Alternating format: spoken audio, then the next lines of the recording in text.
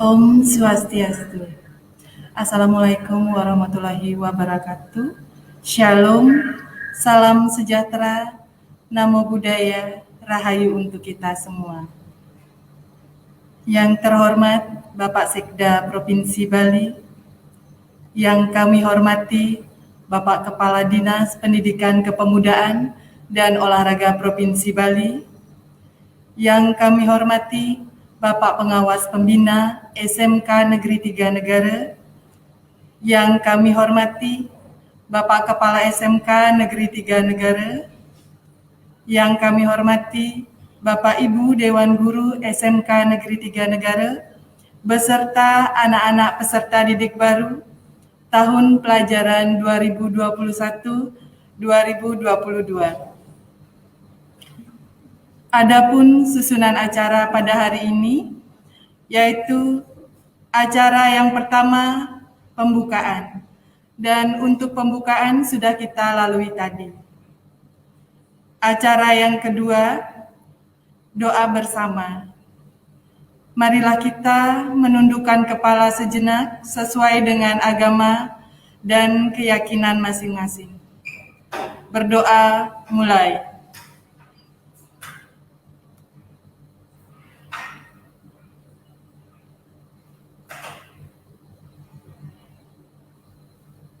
Berdoa selesai.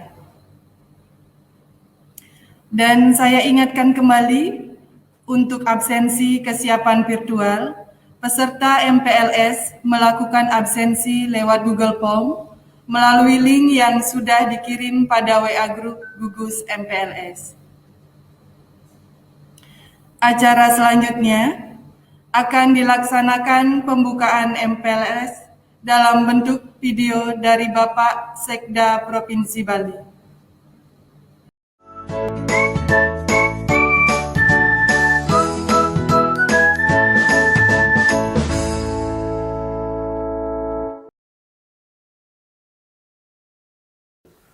Om Swastiastu. Assalamualaikum warahmatullahi wabarakatuh. Salam sejahtera, namo buddhaya, rahayu untuk kita semua. Yang saya hormati para kepala sekolah, para guru, para tenaga kependidikan, dan tentunya anak-anak siswa baru SMK, SMA se-Bali tahun ajaran 2021-2022. Pada kesempatan yang berbahagia ini tentu saya merasa sangat senang bertemu meskipun secara virtual dengan semua para kepala sekolah, para guru dan tenaga kependidikan. Dan tentunya juga bisa senang atau merasa senang bisa bertemu dengan semua anak-anak siswa baru di SMA maupun SMK se-Provinsi Bali. Saya percaya semua anak-anak pasti merasa senang karena tahun ini bisa mendapatkan kesempatan untuk mengikuti pendidikan di SMA maupun di SMK. Namun demikian, itu bukanlah cita-cita akhir, tetapi adalah cita-cita antara.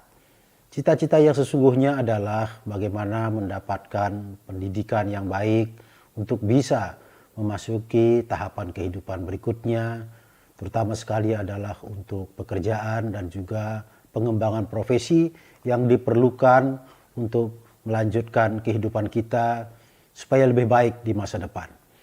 Hari ini adik-adik semua yang saya banggakan, anak-anak semua, siswa SMA, SMK, tentu juga mendapatkan kesempatan untuk mengikuti MPLS atau masa pengenalan lingkungan sekolah. Ini adalah merupakan kegiatan orientasi sebagai penanda dimulainya proses belajar mengajar di sekolah masing-masing. MPLS ini harus dimanfaatkan dengan sebaik-baiknya untuk saling mengenal satu sama yang lain. Antara siswa dengan kepala sekolahnya, siswa dengan para gurunya, siswa dengan tenaga kependidikan yang nanti akan membantu kelancaran pelaksanaan pendidikan di sekolah, antara siswa satu sama yang lainnya. Kemudian pengenalan terhadap lingkungan sekolah, pengenalan terhadap tata tertib, tata krama yang berlaku di sekolah masing-masing. Pengenalan terhadap kurikulum di sekolah masing-masing. Pengenalan terhadap lingkungan yang baru. Oleh karena itu, maka ini harus dimanfaatkan dengan sebaik-baiknya. Pada masa orientasi ini juga akan diikuti dengan penyelenggaraan pendidikan atau edukasi, sosialisasi, komunikasi yang sangat baik untuk penguatan karakter, untuk pengembangan etika diri, dan lain-lain. Seperti misalnya pendidikan tentang bahaya narkoba, pendidikan atau pengetahuan tentang pencegahan COVID, pendidikan tentang budi pakerti, dan aspek-aspek yang lainnya. Terutama sekali yang tidak kalah pentingnya untuk lingkungan pendidikan adalah pengenalan tentang lingkungan yang bersih dan sehat. Semua sekolah harus menjadi lingkungan yang bersih dan sehat. Untuk itu, maka saya berharap para kepala sekolah, para guru, tenaga kependidikan, dan siswa secara bersama-sama bisa memanfaatkan atau mengelola masa pengenalan lingkungan sekolah ini dengan sebaik-baiknya, supaya kegiatan ini berjalan dengan baik dan mencapai tujuan sebagaimana yang diharapkan. Ibu bapak, para kepala sekolah, para guru tenaga kependidikan, dan anak-anak saya, para siswa baru SMA SMK se-Provinsi Bali. Tahun ini untuk kedua kalinya saya memberikan sambutan dan sekaligus membuka masa pengenalan lingkungan sekolah secara daring. Ini terpaksa kita lakukan karena sampai saat ini pandemi COVID-19 masih ada di tengah-tengah kita. Bahkan perkembangannya sangat dinamis. Pernah mengalami masa tinggi, kemudian sedang, turun, sekarang sedang tinggi lagi. Oleh karena itu ini harus menjadi kewaspadaan kita bersama. Menjaga dan melindungi semua anak-anak didik kita agar mereka terhindar dari paparan COVID-19. Oleh karena itu, maka penyelenggaraan MPLS ini kita lakukan secara daring. Namun demikian, tujuan daripada MPLS itu harus tercapai. Oleh karena itu, maka para kepala sekolah, para guru harus mengembangkan, membuat satu strategi yang baik, satu strategi yang tepat untuk penyelenggaraan MPLS ini. Meskipun anak-anak kita tidak bertemu secara fisik, tidak bertemu langsung secara fisik, tetapi bertemu secara virtual juga tidak kalah pentingnya dan bisa menyampaikan pesan-pesan yang positif kepada anak-anak kita. Yang penting adalah metodenya, supaya anak-anak ini bisa menangkap, bisa memahami, bisa mengerti apa yang disampaikan melalui MPLS ini dengan baik. Ini menjadi keprihatinan kita tentunya karena COVID masih berlangsung. Tentu para guru, para siswa sudah sangat rindu untuk bisa belajar langsung di sekolah. Namun demikian keadaan belum memungkinkan untuk itu. Oleh karena itu, mari kita laksanakan MPLS ini, masa orientasi ini secara daring atau secara virtual. Ke depan, kawan-kawan semua, para kepala sekolah, para guru, tenaga kependidikan, dan juga anak-anak para siswa, kita harus siap dengan kondisi ini. Kita tidak boleh menyerah. Proses pendidikan, proses belajar mengajar tidak boleh berhenti hanya karena COVID. Sekali lagi, tidak boleh berhenti. Karena kalau pendidikan berhenti, maka pembangunan generasi muda kita ke depan juga akan berhenti. Oleh karena itu ini harus menjadi tekad yang kuat dari kita semua. Apapun situasi yang kita hadapi, proses pembelajaran, proses pendidikan harus kita pastikan bisa berjalan dengan baik.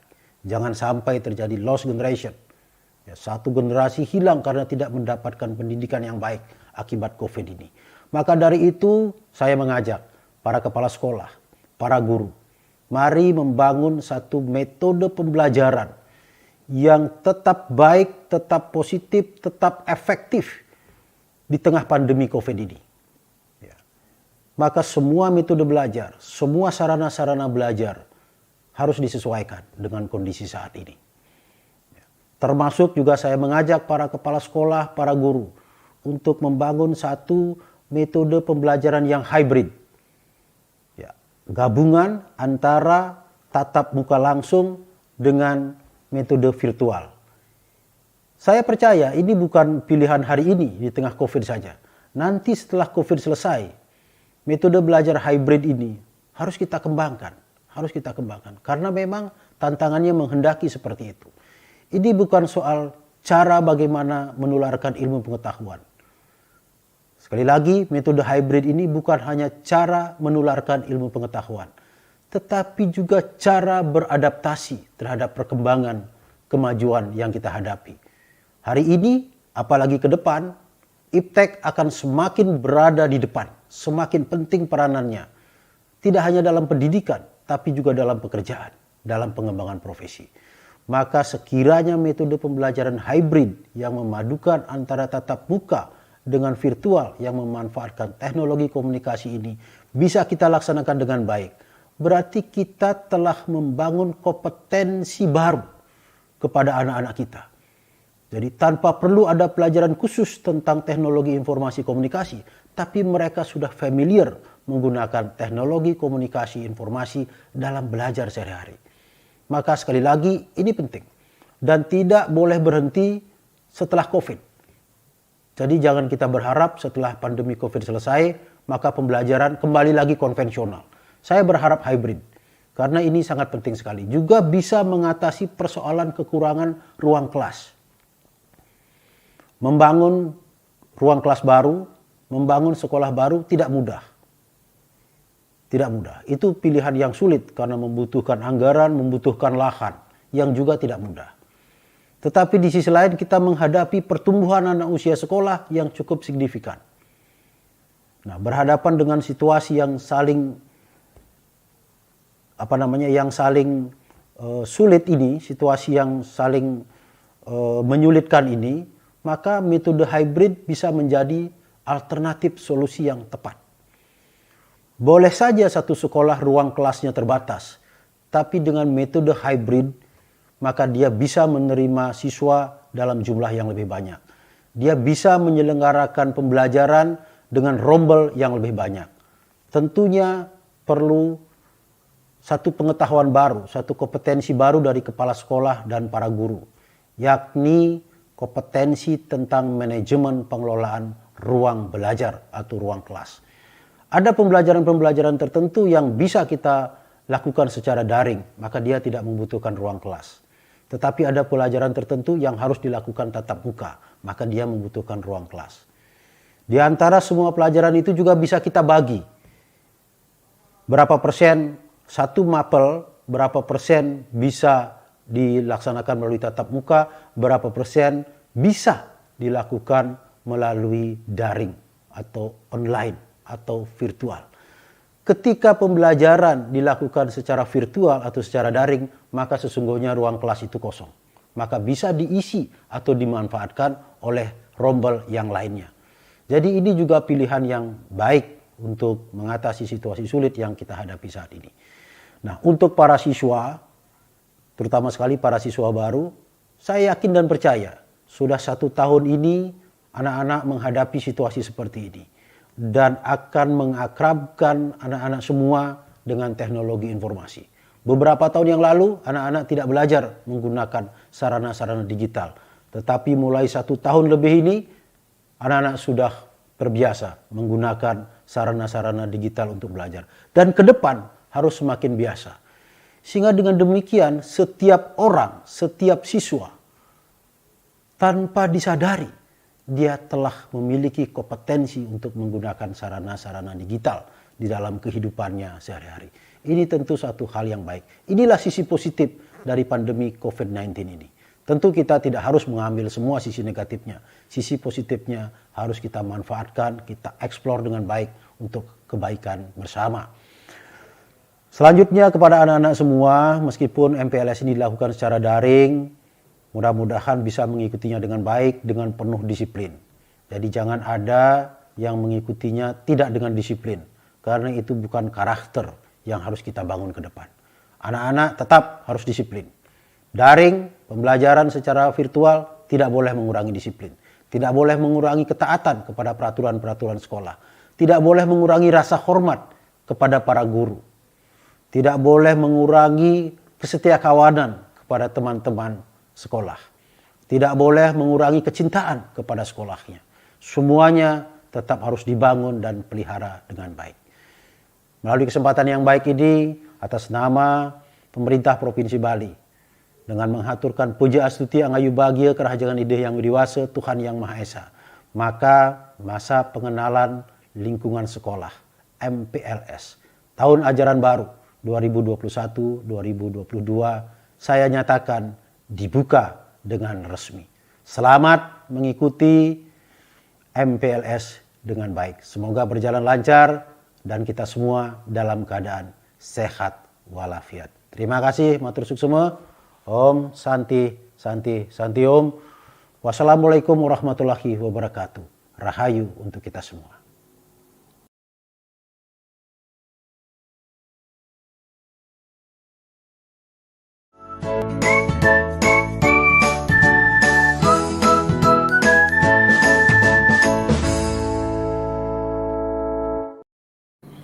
Acara kami lanjutkan.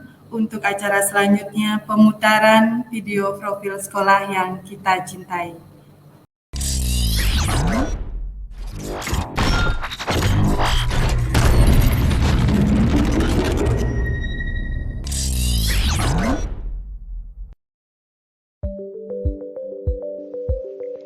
Memiliki alam yang sangat indah menjadikannya sebagai tujuan destinasi wisata yang telah mendunia. Tak ayal, menuntut generasi emas cakap akan teknologi untuk menembus batas dunia. Pendidikan Teknologi Informasi dan Komunikasi telah dihadirkan di Pulau Bali bagian barat. Tepatnya 49 km atau dapat ditempuh dalam waktu 1,5 jam dari dermaga penyeberangan ke Tapang Gilimanuk.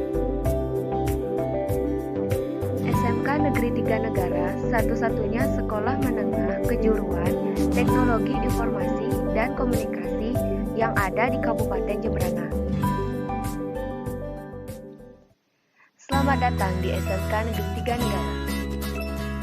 SMK Negeri 3 Negara berada di Kelurahan Tegal Cangkru, Kecamatan Mendoyo, Kabupaten Jemberana. Didirikan pada tahun 2007, SMK Negeri 3 Negara membuka 2 bidang paket keahlian, di antaranya jurusan Teknik Multimedia dan Teknik Komputer Jaringan.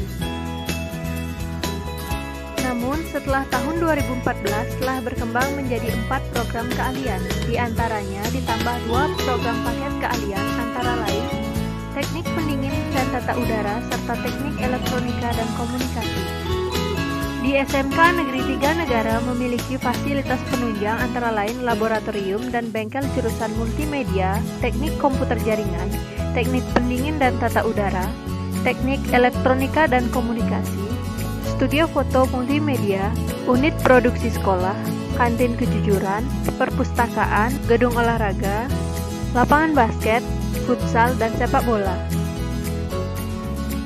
Memiliki tenaga pendidik muda, lulusan S1 dan S2 berdedikasi tinggi dan bersahabat.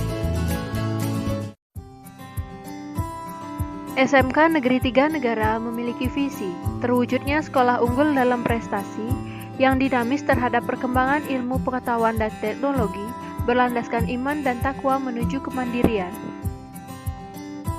Serta misi, 1. Melaksanakan pembelajaran dan pembimbingan secara aktif. 2. Menumbuhkan sifat mandiri berlandaskan jiwa kewirausahaan. 3. Meningkatkan kemampuan dan etos kerja siswa sesuai dengan tuntutan lapangan kerja. 4. Mengembangkan bakat dan minat siswa di bidang non-akademis. 5. Meningkatkan keimanan dan ketakwaan terhadap Tuhan Yang Maha Esa. Dalam program keahliannya, yang pertama, Teknik Multimedia atau TMM merupakan jurusan yang mengajarkan tentang seni mendesain atau mengolah banyak media, menjadi sebuah media yang menarik untuk ditampilkan dan digunakan. Yang kedua, Teknik Komputer dan Jaringan atau TKJ merupakan jurusan yang mengajarkan tentang komputer dan jaringan secara mendalam, baik jaringan lokal ataupun internet melalui media kabel atau wireless.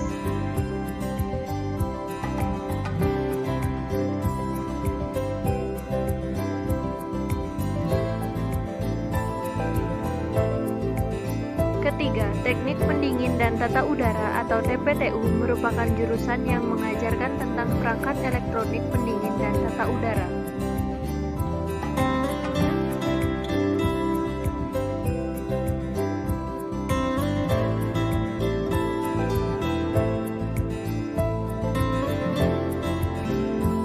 Dan yang terakhir, Teknik Elektronika Komunikasi atau Elkom merupakan jurusan yang mengajarkan tentang pembuatan dan perbaikan perangkat komunikasi elektronik. SMK Negeri 3 Negara melaksanakan program praktek kerja lapangan setiap tahunnya guna untuk mengasah kemampuan siswa di dalam dunia industri, sehingga nantinya lulusan SMK Negeri 3 Negara mampu bersaing di dunia kerja. Di SMK Negeri 3 Negara terdapat 20 ekstrakurikuler yang berjalan saat ini, yaitu diantaranya Pramuka, merupakan kegiatan wajib di sekolah serta telah banyak memperoleh prestasi, baik tingkat kabupaten maupun tingkat nasional. PMR, fotografi, videografi, desain dan animasi, perakitan komputer, IT networking, futsal, voli, basket, sepak bola, balai ganjur, drum band, tari, pencak silat, kriket, atletik, dan Dharma Gita. Sejarah berdiri SMK Negeri 3 Negara itu diawali oleh perkembangan teknologi dan ilmu pengetahuan, di mana di tahun 2007 awal berdirinya SMK 3 itu adalah pada saat itu di Jemberane itu terjadi perkembangan ilmu komunikasi, ilmu komputer yang perlu dipenuhi oleh dunia kerja. Oleh karena itulah SMK berdiri adalah untuk menyediakan tenaga kerja yang handal di bidang ilmu pengetahuan dan teknologi. Prestasi yang dicapai SMK 3 Negara di tahun 2013, SMK 3 Negara pada ajang lomba puisi dalam mata pelajaran bahasa Indonesia itu mendapat juara 2 di Kabupaten Jemberana. Selanjutnya prestasi di tahun 2014 kita mendapat juara 2 lomba PKTP. Kemudian di tahun 2015 kita mendapat juara 2 sekolah sehat. Kemudian prestasi-prestasi di tingkat kabupaten itu adalah prestasi PMR dan Pramuka, sehingga SMK 3 Negara mewakili Kabupaten Jemberana untuk ke tingkat Provinsi Bali. Kesan saya selama ada anak magang SMK 3 ini, yang jelas merasa terbantu ya, karena siswa-siswi PKL di sini ya lumayan bisa lah, dan saya juga merasa sangat bangga bisa berbagi pengalaman sama mereka. Oke, semoga kedepannya SMK 3 Negara dapat menghasilkan siswa-siswi yang berpotensi di dalam dunia kerja. Pesan dan pesan saya selama bersekolah di SMK Negeri 3 Negara adalah: pertama, pesan saya selama bersekolah di SMK Negeri 3 Negara adalah saya sangat berterima kasih kepada Bapak Ibu guru yang sudah membimbing saya selama 3 tahun dan mendidik saya untuk berdisiplin, terutama pada Bapak Ibu guru yang mengajar kejuruan. Dari sana saya banyak mendapat pengalaman dan skill untuk terjun ke dunia industri. Kedua, pesan saya untuk SMK Negeri 3 Negara adalah semoga SMK Negeri 3 Negara bisa lebih maju dan menciptakan tenaga kerja profesional. Perkenalkan, nama saya Iko Mahmud Adiko, saya rekan kerja di Dharma dan saya alumni tahun 2013. Kesan saya setelah saya bersekolah di SMK 3, saya bangga pernah bersekolah di SMK 3 Negara, mendapatkan ilmu yang saya dapat dipergunakan di dunia kerja. Dan pesan saya semoga SMK 3 Negara semakin berjaya, sukses dan semakin bisa. SMK bisa. SMK bisa. SMK bisa. SMK bisa. SMK bisa. SMK bisa. SMK bisa. SMK bisa.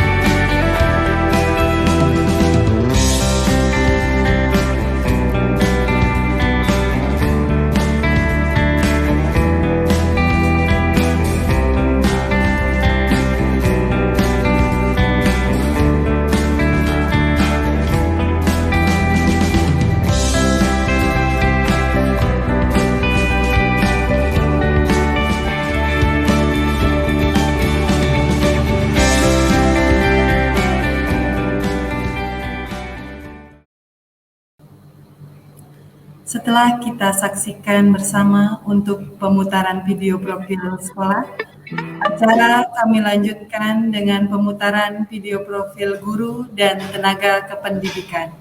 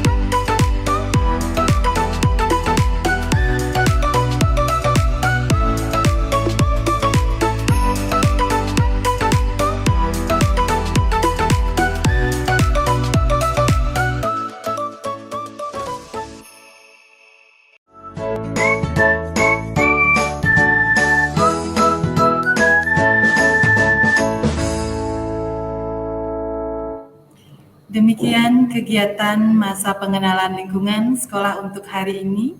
Kegiatan akan dilanjutkan kembali mulai besok pukul 8 pagi.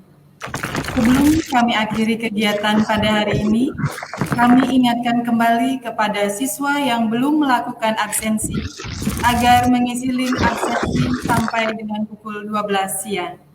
Terima kasih. Om Santi, Santi, Santi. Om.